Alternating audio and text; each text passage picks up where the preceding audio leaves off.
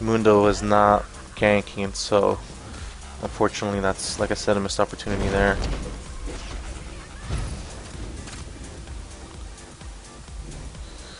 Looks like there was a attempted gank at bot, but no CC landed. Tarek did spend flash, so maybe there's a gank opportunity moments from now.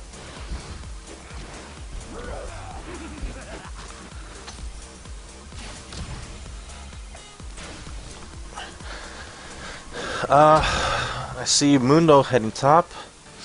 Will he or will he not? Looks like Z Valkyrie noticed that. I'll just get on him to be in that position in the brush. At this point, Mundo is just killing time.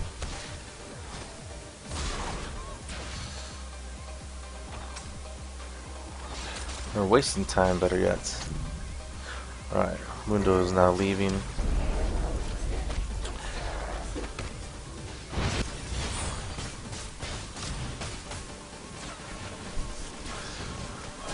So we have no kills as of right now. We've had 2 gank attempts, one on bot, one on top, both unsuccessful. Not really close at all either. So it looks like the junglers will not be impactful at all early game. It's quite surprising considering how little ward coverage there is on the whole map. Well, it's not surprising. I think it's just the level of play right now. So in terms of CS, bot lane is fairly even. Ezreal is up by about 5 CS.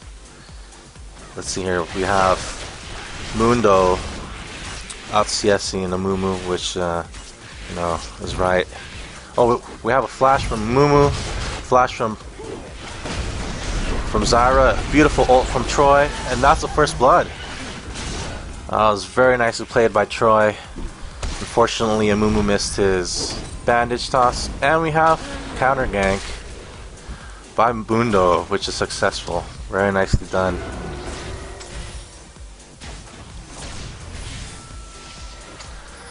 Again, that was a very nice ult from Troy, followed up with some very nice damage. Unsure as to what Talbot is doing there. Kind of just sitting there unnecessarily.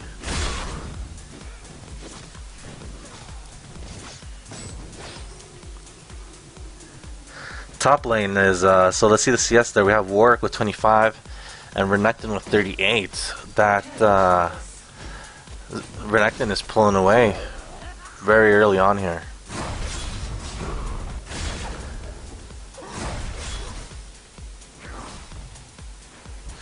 Mid, in terms of CS, we have Gragas with 44 and Zyra with 43. Very even there, but Gragas does have a kill up on Zyra, which happened to be first blood as well, so that's a nice chunk of gold right there.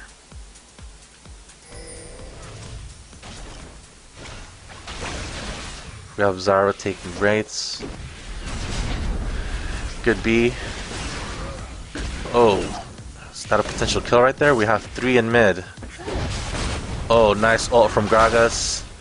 And we have Renekton from top at mid lane. That's a kill. Very nicely played by everybody. Again, a gorgeous ult from Gragas. Well done.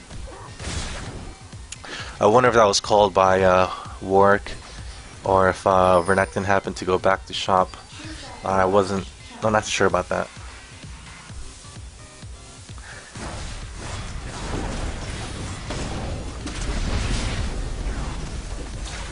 It's actually quite unfortunate that Rossi is on Zyra versus Gragas, because Gragas is actually an extremely hard counter to Zyra. I don't recall if Zyra was picked after Gragas was already picked. Let's see here. Amumu was first pick overall for blue team. So then purple picked Tarek Mundo, and blue team picked Ezreal Gragas. And then purple team picked Zyra. correction. Yes, yes. So Sever and Zyra were picked after Ezreal and Gragas were picked. So Rossi actually counterpicked himself, unfortunately. Maybe he was expecting to outplay Troy. I don't know. That's something, you know, I can ask him afterwards. But it was a very unfortunate self-counter pick there. Going back to the game, we do have Mundo trying to go top for a gank. Looks like he's retreating. That had potential to you know, be a kill or make Z go back, because he had gone in, you know, through the lane. Unfortunately, he didn't commit.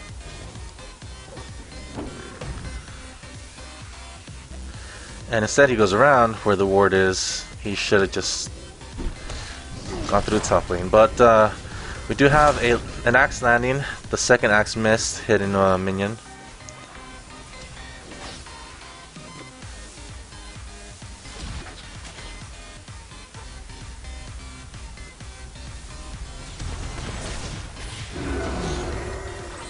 We have a Mumu coming in for a gank, a bot lane through the lane. So he was not spotted. Although Purple Team does not have wards near the tri-brush area anyways, or the bottom, or the river brush, so a Mumu is actually relatively safe to gank bot right now. Very nice flash and ult.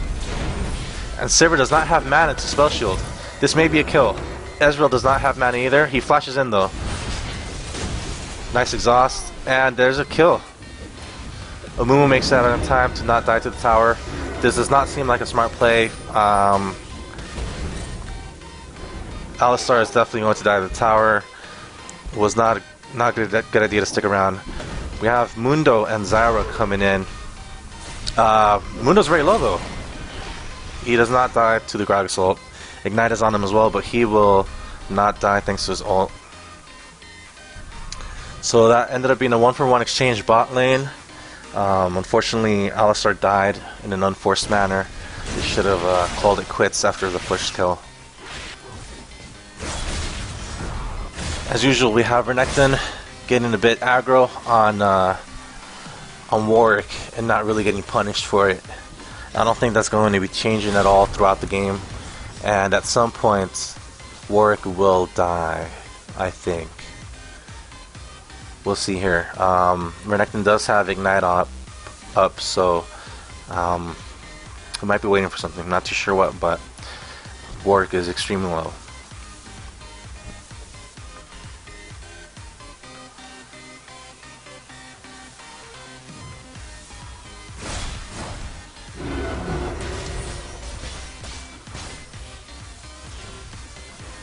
So in terms of gold, blue team has a 1k gold lead right now. It's not really significant, but it does mean that you know, at this point in the game, 13 and a half minutes in, you know, they're doing more right than wrong, and that's why they're slowly pulling away.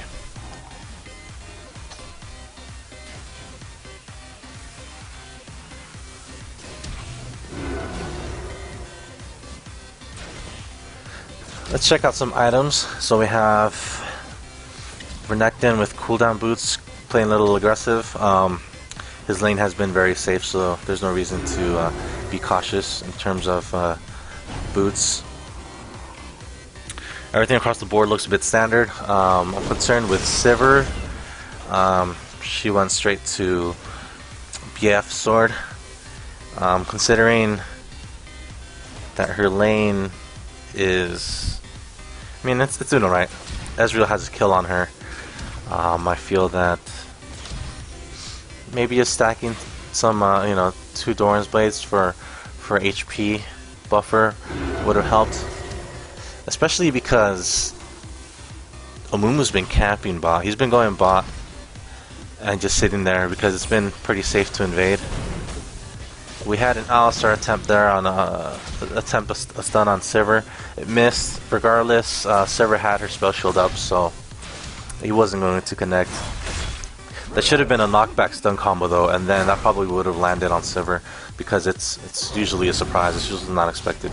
We have Renekton being aggressive on Warwick, and Warwick is finally retaliating. That's a fresh. That's great to see. I don't know why he backed off. I think that was a very favorable fight for him to pursue. We see some potential action going down here. We do have a bandage toss from Amumu. He will not flash because Mundo came in to counter gank.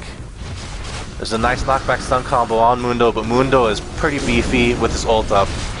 Let's see if Purple can turn this around. Sivir is throwing in some boomerangs. Mundo does get the kill on Amumu with his slow on red. Double kill for Mundo. That's gorgeous. Alistar will probably go down here for a 3-0 exchange. Awesome job by Purple Team and for Mundo to come in and counter gank. Perfect timing by Mundo. And Sivir and Taric stuck it through, did not run away scared. The blue team tower might go down as well. That might be the first tower kill of the game. We have Renekton with 50% HP and no health pots going back, so that might be why he's going back due to a lack of health pots. But if I were Warwick, I would interrupt him. Oh, it was unfortunately a little too late. But maybe Warwick can use this time to catch up. Although it's actually only about 4 CS behind, so he just needs to not miss that CS and he should be good to go. If I were him, I would also pressure the tower, just take it down. It should probably die right now. Looks like Purple Team was making an attempt at Dragon while I was talking about top, but they got forced away by Ezreal ult, and they might have known Gragas was in position as well. Knowing that Purple had to run away, Blue Team might make advantage of it. And it looks like Dragon will go down. Nice ult from Gragas to counter initiate, but Warwick ulted in very nicely. I'm not too sure who he ulted on though, sorry I missed that. There's a lot of damage going around across the board. It was hard to tell who's going to win, but at this point it looks like Purple Team has more damage dealers up. And they might get 5 kills out of this. Gragas can dash through, and he will not. This is a 3-4-5 exchange in favor of Purple Team. Purple Team is doing very nicely in their team fights. Even when, you know, I think Blue Team was a little out of position there. I think they had 2 or 3 people inside the Dragon Cave area. You usually don't want to be there at all unless you're doing the tanking. You definitely want to be in the outer extremities of the cave portion, same with Baron. But again, very nicely done by Purple Team.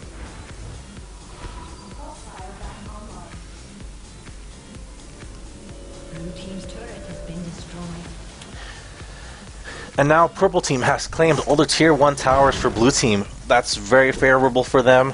They can start making plays. Let's see how they coordinate as a team at a medium level of play or low, whatever you want to call this. Teams do tend to kind of lose themselves once the Tier 1 towers in the lanes are gone, because it's not so easy to lane anymore. At this point in time, it should be the end of the lane phase, and some people or some teams don't know how to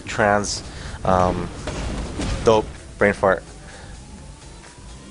They don't know how to change their game plan, their strategy, once the laning phase is over. Jesus Christ, I had a transfer. Anyways, brain fart. So yeah, so we have 3 people going to kill Zyra right now. Bunch of ults used on her. I actually thought that bandage toss was going to miss, but it actually connects. There was a nice kill on Amumu thanks to the OP Zyra passive. That thing is freaking OP. Probably the only OP thing I'll agree with. We have Sivir doing a nice gank attempt on Ezreal. Wow, he might get it. He might get it. He should have kept going. Wow. Anyway, that was a good attempt. Very good attempt. Now there's a fair amount of war coverage on the map by both teams. That's great. I can't wait to see which team purchases an Oracles. Looking at the KDA at this point in time, I would say that Taric should probably have an Oracles on him. He's only died once with a kill and 7 assists, so he has a fair amount of change on him. Let's look at the gold amounts. So Taric has 4,500 roughly, while Alistar has 3,600. I definitely would expect for Taric to have an Oracles at this point in time.